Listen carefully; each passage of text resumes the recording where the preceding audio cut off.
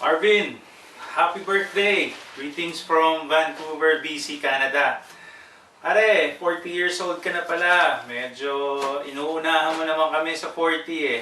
Race to 40 ba tayo? But anyway, mauna ka.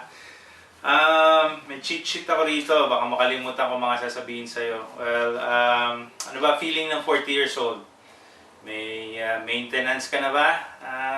Sana wala pa para kung magkita tayo, makapunta kami dyan, or kayo makapunta rito, makainom pa rin tayo, just like high school days.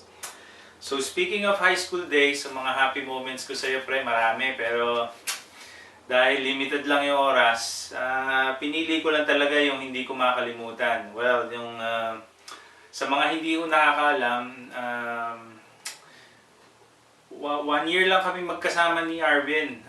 Ito yung 4th year high school pa namin. Pero ang feeling ko, parang ang tagal-tagal naming magkaibigan. Doon lang tayo naging magkaklase, 4th year high school. But anyway, hindi ko makalimutan sa'yo, pre, nung nagkaroon tayo ng election sa class, di ba?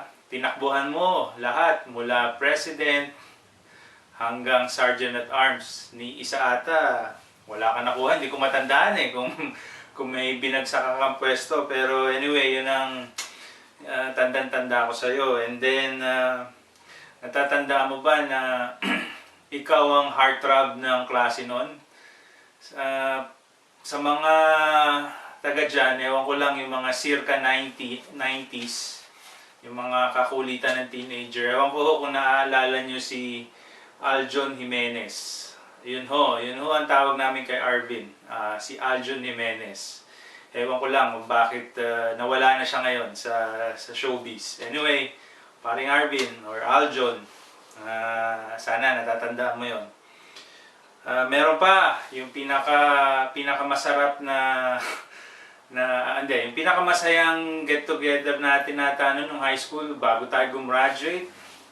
Gumawa tayo ng parang inuman natin nun. Tayo lang, 11 tayo nun eh, yung mga tropa natin. Siyempre, dahil malalakas pa tayo nun, or I mean, feeling Superman, ang dami nating ininom. Pero at the end ng session, so sobrang lasing, hindi na natin alam yung ginagawa natin. Ang natatandaan ko sa'yo nun, well, umabot na sa akin yung kwento kasi nakitulog ka nun sa isang tropa natin kay Raymond. Sobrang mong kalasingan, nagkaroon ng scandal. Ayan. Hindi ko pwedeng sabihin lahat dahil nakakahiya naman, pre. Baka sabihin mo, binibenta kita.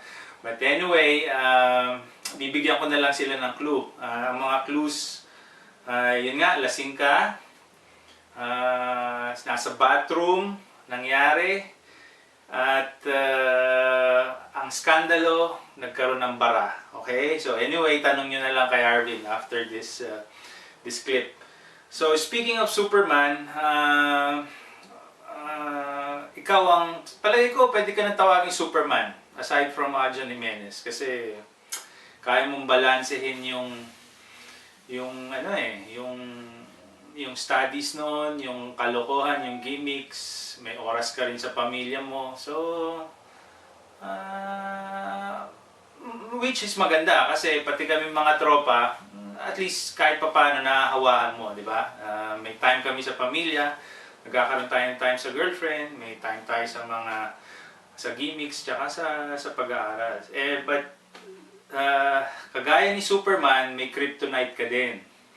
At buti na lang, well, masasabi ko, sa tingin ko, naging kryptonite mo si Gale. Kasi tumino ka eh, sobra. Para kang 180 degrees ang pagiging mabait mo. Mabait ka naman, kaya lang, naging sobrang mabait ka nung nakilala mo na si Kryptonite, si Miss Kryptonite. So in closing, pare, I just want to wish you more success, more good health. I know you're being a good provider for the family and being a good father. I'm pretty sure your kids, their names, Nina, yung inaanak ko si Enzo, dami ko ng utang Enzo, and Alisa, babayaran nila yan, yung pagiging good father mo. So siguro 20 years from now, 60 ka na nun, 59 pa lang ako nun, 60 ka pa rin. marirealize mo yung mga investment mo sa mga bata. Babalik din naman sila yon. Sa'yo yun. Okay, pare? Happy birthday!